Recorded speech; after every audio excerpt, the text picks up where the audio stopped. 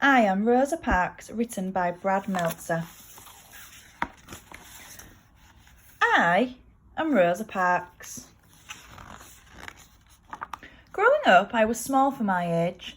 I was sick a lot too, since we didn't have money for a doctor. But that didn't mean I was weak. I'm not that short. Looks like you are. When I was 11, as I was walking home from school, a boy on roller skates came zipping by and shoved me. He thought I'd be an easy target. To his surprise, I turned around and pushed him back. I knew fighting was wrong, but I didn't want him picking on me again. His mother saw what happened. She was mad that I'd pushed him. This is gonna be bad. Did you just push my son? But you know what made her even madder? I was black and her son was white. I'll have you put in jail. You'll never get out again. No question, it was scary. But my mother and grandfather taught me to respect myself and to expect respect from others. So instead of backing down, I stood my ground and calmly but firmly I explained, your son was the one who pushed me. I didn't bother him at all. I wasn't just standing up to the mum or even to the boy on roller skates. I was standing up for myself. After that, the boy and his mum never bothered me again. Still, it's hard to change things. Sometimes it can take a long time. Back then, if you were black, you were treated unfairly just because of the colour of your skin. You weren't allowed to live in the same neighbourhood as a white person, eat in the same restaurant, ride the same elevator, or use the same bathroom. You couldn't even drink from the same water fountain. One was marked for whites, the other for coloured. When I was little, I used to wonder if white water tasted different from coloured water. I even wondered if coloured water came in lots of colours. But it didn't. The only difference was I had to walk outside or even down the block to get mine. Of course, it wasn't just about water fountains.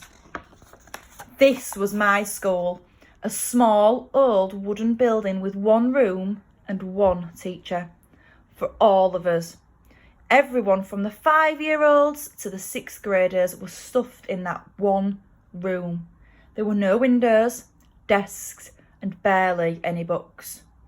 Since most kids had to work on a farm to earn money, we only went to school 5 months during the year.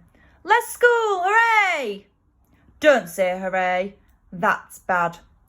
We also brought our books home every night. Why? Because we were worried that folks who hated the colour of our skin would burn down our school. Now, here's the school for the kids who were white. Notice the difference? It was a new brick building with beautiful windows, new desks and plenty of books, plus a playground. They went to school 9 months out of the year since they weren't working in the fields like we were. Now can we say hooray? No, there's no hooray about this. Also, if you were black, you had to walk to school. If you were white, you got to take the bus. The worst part was when I'd walk home with my brother, the kids on the bus would throw trash at us. It made me feel horrible. But there were no civil rights back then. The only solution was to move off the road. And really, what kind of solution is that? As I got older, things didn't change much. There's no room in here, lady. One winter, I was waiting for the local city bus. If you were black, you had to ride in the back. If you were white, you rode up front. On that day, the back of the bus was packed. But there were plenty of seats in the front. I was just trying to find a place to sit. But as I entered through the front door of the bus, what do you think you're doing? You need to get off and use the back door. Only whites can come in the front. But I'm already in. I tried to explain that there was no room to get in through the back. The driver didn't care. He wanted me off the bus. He grabbed me by my coat sleeve. I dropped my purse near the front door. To pick it up, I sat in the front seat, a white seat. It made the driver madder than ever. That's it, get out, off my bus. That's what he called it, my bus, as if it were his. The bus wasn't his though, it belonged to all of us. Still, that afternoon, the driver got his way. He kicked me off. See you soon. Yes, you will. But I promise you, that wasn't the last time I'd faced that bus driver. Tell me what happened next.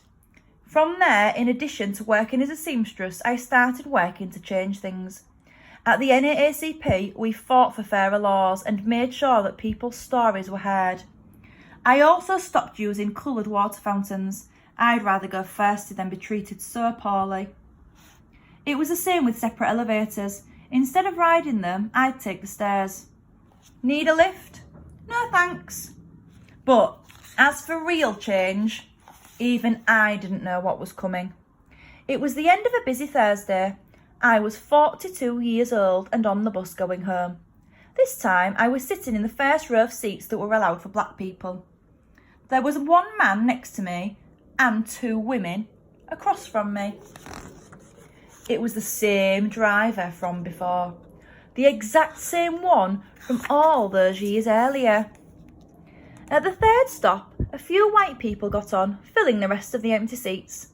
There was one white person left standing, so the driver told those of us in my row, "Let me have those front seats." At first, none of us moved, but when he asked again, "You better make it light on yourselves and let me have those seats," the other three people got up and I stayed right where I was. "Come on, get up."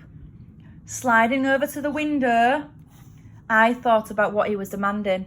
He wanted to take my seat away. He wanted to give it to that man. And why? Because I was black and the man was white. I knew what the rules said, but I also knew in my heart that's not how you treat people. Without a doubt, the driver was mad, but I never lost my cool, never raised my voice. "Are you gonna get up?" "No." People say that the reason I refused to give up my seat was because I was tired, and I was, but it wasn't the kind of tired that came from aching feet. The only tired I was tired of giving in. "Well, I'm going to have you arrested." "You may go on and do so." Before me, there were other brave women who would refuse to give up their seats. Still, on that day, for violating the rules of Montgomery, Alabama, I got arrested. But by standing up for myself, I ignited a movement. From there, the Montgomery bus boycott began. For 381 days, that's well over a year, all blacks in the city and even a few whites refused to ride the public buses. "But if you don't use the buses, we'll go out of business." "Then maybe you should think about changing your rules." Finally, the rules were changed. Public buses were no longer allowed to separate people based on the colour of their skin. That was only the beginning. Eventually, we were allowed to drink from the same water fountains, ride the same elevators, and yes, go to the same schools. In the Declaration of Independence, Thomas Jefferson wrote that we're all created equal. Finally, the nation was starting to act like it. Now can we say hooray? Soon. We're close. Of course, that didn't mean the fight was over. There were thousands of other people just like that bus driver. But after hearing how I didn't give up my seat, there were now thousands more people just like me. Together, inspired and committed to justice. My name's Martin. Want to hear a rough draft of my speech? You bet I do.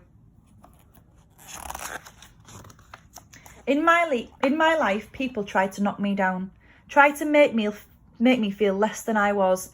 They teased me for being small, being black, being different. Let me be clear, no one should be able to do that. But if they try, you must stand strong. Stand for what's right and stand up for yourself, even if it means sitting down. When you do, others will follow. What's the medal? It's the Congressional Gold Medal, one of the government's highest honours. George Washington got one too. Now can Can I say hooray? Go for it. Hooray! I am Rosa Parks. I'm not a politician or a president or an actor or a famous business owner. I'm just an ordinary person. But I'm also proof that there's no such thing as an ordinary person. I hope you will always stand up for yourself, and I hope you'll remember that we're all in this together. The end.